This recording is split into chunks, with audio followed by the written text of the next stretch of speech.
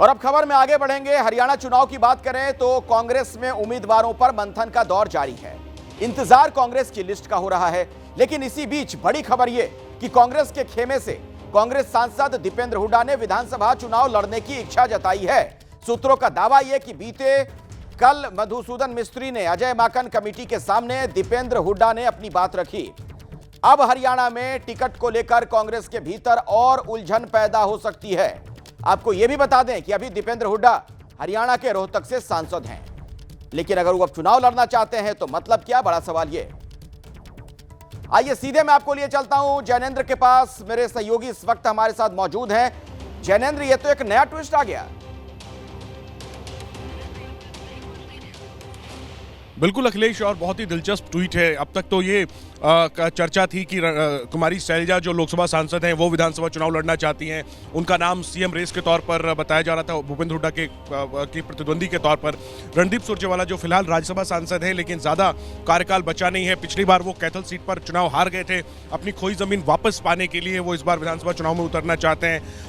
और साफ तौर पर कांग्रेस के हरियाणा के जो प्रभारी हैं दीपक बाबरिया, उनकी तरफ से साफ कह दिया गया था कि सांसदों को चुनाव लड़ाने के हक में पार्टी नहीं है। लेकिन शैलजा और रणदीप ने लगातार दबाव बनाया हुआ था और इन सबके बीच कल जो मधुसूदन मिस्त्री और अजय माकन की विशेष कमेटी है टिकटों को फाइनल करने के लिए जो बनाई गई थी, उनके सामने दीपेंद्र हुड्डा ने भी विधानसभा चुनाव में उतरने का दावा पेश कर दिया। माना जा रहा है कि ये रणदीप और शैलजा की जो दावेदारी है उसके मुकाबले के तौर पर, उनके दावेदारी को खारिज करने के तौर पर एक दांव के तौर पर चला गया है कि अगर दीपेंद्र को मना किया जाता है तो फिर उसी के आधार पर शैलजा और रणदीप को भी मना किया जाए, क्योंकि भूपेंद्र हुड्डा नहीं चाहते, सूत्रों के मुताबिक हुड्डा कैंप नहीं चाहता कि शैलजा चुनाव लड़े और रणदीप इस बार विधानसभा का चुनाव लड़े। जी अखिलेश, तो देखिए किस तरीके से दाव पेच जारी है, शहमात का खेल चल रहा है। इस पर आगे भी आपसे जैनेंद्र में बात करूंगा, लेकिन अभी एक और बड़ी खबर आ गई है। हरियाणा के चुनावी दंगल में कांग्रेस की ओर से खिलाड़ी भी मैदान में ताल ठोकने वाले हैं। पहलवान विनेश फोगाट और बजरंग पूनिया आज कांग्रेस में शामिल होंगे। सूत्रों के मुताबिक विनेश फोगाट चुनाव लड़ेंगी और बजरंग पूनिया पार्टी के लिए प्रचार करेंगे। और आज कांग्रेस में ये दोनों शामिल हो जाएंगे, विनेश फोगाट और बजरंग। जैनेंद्र, इस बारे में और क्या पता चल पा रहा है आपको? बिल्कुल अखिलेश, इसी बुलेटिन में 2 दिन पहले आपने दिखाई थी खबर कि बजरंग पूनिया और विनेश फोगाट ने राहुल गांधी से मुलाकात की थी। उसी दिन ये साफ हो गया था कि अनौपचारिक ज्वाइनिंग, भले ही 1-2 दिन लगे अनौपचारिक ज्वाइनिंग में, लेकिन बजरंग और विनेश जो है वो कांग्रेस के पाले में आ चुके हैं। और हालांकि अब तक ये बहुत आधिकारिक तौर पर साफ नहीं है कि दोनों में से कौन चुनाव लड़ेगा। पहले ये संकेत मिले थे कि दोनों चुनाव लड़ सकते हैं, लेकिन अब ये जानकारी आई है कि विनेश फोगाट विधानसभा चुनाव में उतरेंगी, जिनकी शुरुआत से ही उम्मीद की जा रही थी। हालांकि विनेश फोगाट शुरुआत में चुनाव लड़ने को तैयार नहीं थी, लेकिन अब ये जानकारी है कि आज दोपहर 2 बजे के आसपास विनेश फोगाट और बजरंग पूनिया कांग्रेस में आधिकारिक तौर पर शामिल होने वाले हैं। विनेश फोगाट विधानसभा चुनाव लड़ने जा रही हैं। बजरंग पूनिया, जिनके बारे में संभावना थी कि वो उन्हें बादली सीट से मौका दिया जा सकता है, लेकिन वहां के जो समीकरण है उसके मद्देनजर बजरंग पूनिया को नहीं लड़ाने का फैसला किया गया है।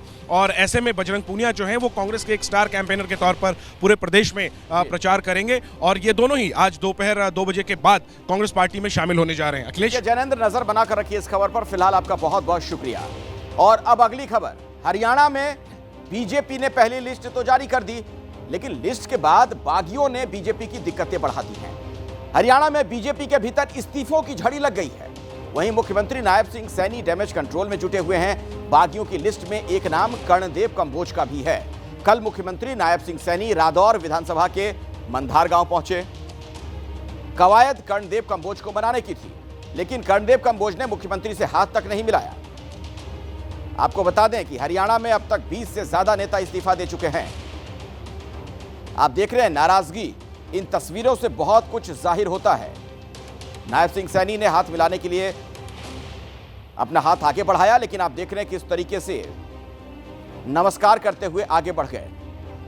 भले ही बीजेपी के भीतर कुछ भी चल रहा हो, लेकिन मुख्यमंत्री से लेकर बीजेपी के बड़े नेताओं का दावा यह कि जल्द ही सभी नेताओं को मना लिया जाएगा। प्रदेश में तीसरी बार बीजेपी की सरकार बनेगी। किसी ने कोई रिजाइन नहीं किया। हमारे बहुत सीनियर कार्यकर्ता है, हमारी बातचीत हो रही है। देखिए, एक कमल का फूल है, एक व्यक्ति को मिलना है और पार्टी का निर्णय सर्वोपरि होता है। नहीं, उनकी जो ऐसा है कि उनकी जो भी नाराजगी है उनसे सुनकर उनका समाधान किया जाए। ये हर केस में अलग अलग ग्रीवेंसेस हो सकते हैं, इसलिए अलग अलग व्यक्ति से बात करके ही नाराजगी दूर होगी ना, किसी एक पैमाने से तो सबकी नहीं हो सकती है। क्या किए जा रहे हैं, बिल्कुल उसी वक्त हमारे जो लीडर्स हैं वो उसी वक्त अपने काम पर लग गए हैं। हमने सभी समय अपने जो भी कार्यकर्ता संगठन में लगे हुए इनका ध्यान और इनका मान, इज्जत, सम्मान हमने किया है। देखिए, राजनीति में बहुत कुछ करना पड़ता है, एडजस्टमेंट भी करना पड़ता है। सब लोग हमारे पार्टी में रहेंगे तो हमारे पार्टी से भी तो कुछ लोग आता जाता है, तो स्वाभाविक तौर पे जो दूसरी पार्टी से आया है